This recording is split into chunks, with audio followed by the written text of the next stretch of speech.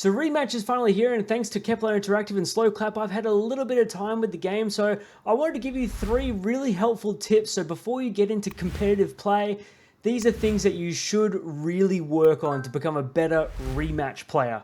Let's get into it. Rematch has definitely enhanced the tutorial aspect of this game, making it a lot easier to grab the basics of the game. So the practice zone is definitely that next step up, and especially because they have a few challenges to really finite those skills. So in the practice range, you have a multitude of different ways of practicing your skills, broken up into different categories, but I'm going to tell you 3 that are my favorite that made me a better Rematch player. Number 1 is protect the ball. Protect the ball is a fantastic way of just honing your skills of just dodging those slide tackles and standard tackles, making sure you have full control of the ball. It's also a fantastic way of practicing your lop shots, the R1X to lop the ball over your head and just to then collect the ball at the end so it doesn't go too far away out of your control. It's a fantastic way of honing down your skills and trying to get that 60-second mark of protecting the ball. It is really good. Next up is shooting range. We all want to be the center forward that scores all the goals, and the shooting range is the perfect place to do it.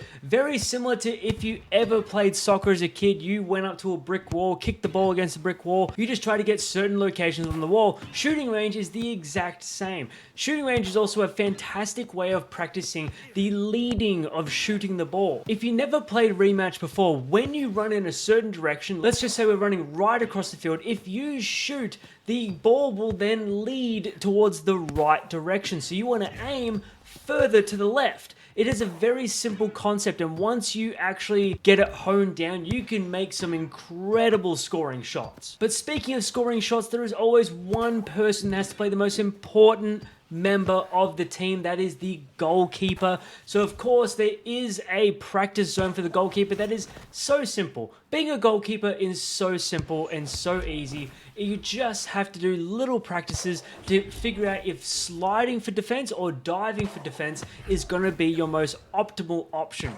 And that's where the goalkeeping practice zone comes in effect, and it is so handy. I actually really like being a goalkeeper. I think I'll be the goalkeeper in my team. I really enjoy it.